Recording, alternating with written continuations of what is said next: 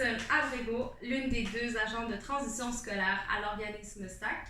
SAC qui veut dire Service Aide Communautaire Anjou. Donc voilà, aujourd'hui on va parler de confiance en soi et d'estime de soi.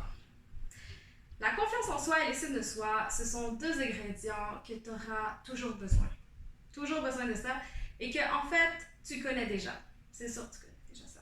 Parce que c'est ça que tu as utilisé pour parler pour la première fois à quelqu'un dans ta classe au primaire, danser devant des gens, promener ton chien si tu as un chien.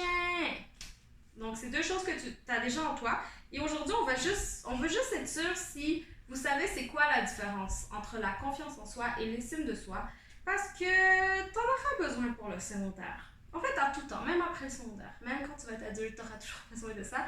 Mais le secondaire, c'est une merveilleuse aventure, c'est une merveilleuse chapitre de ta vie, important, marquant, où on vit beaucoup d'émotions, on vit nos premières expériences, c'est là qu'on construit, on bâtit notre identité, nos opinions, on fait des choix de vie au secondaire. Donc je pense que c'est bien étant donné que vous commencez le secondaire dans quelques semaines, qu'on s'assure que vous saviez c'est quoi la différence entre confiance en soi et estime de soi.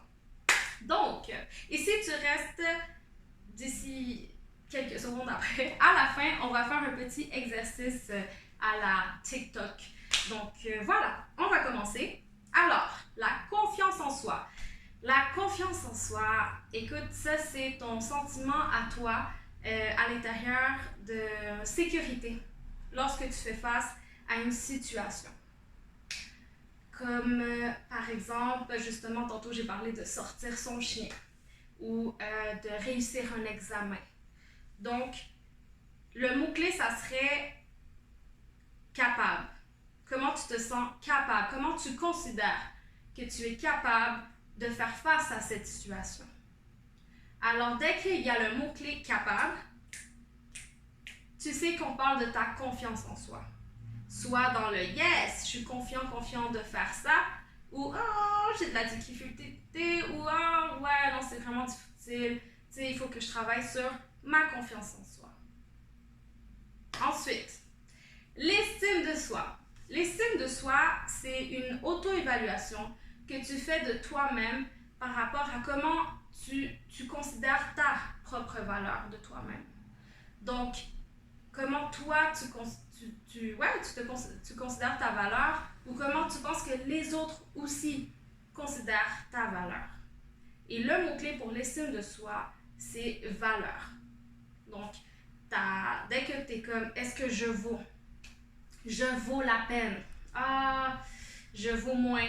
Dès qu'on parle de ta valeur, on sait que là, on est en train de parler de ton estime de soi.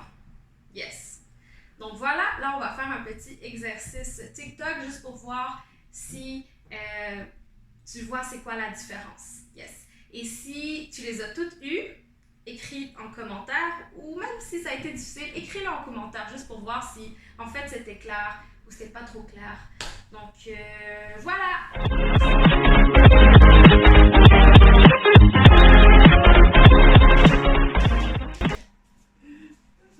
Je ne serai jamais capable. Je ne vaux pas grand-chose. Je serai à la hauteur.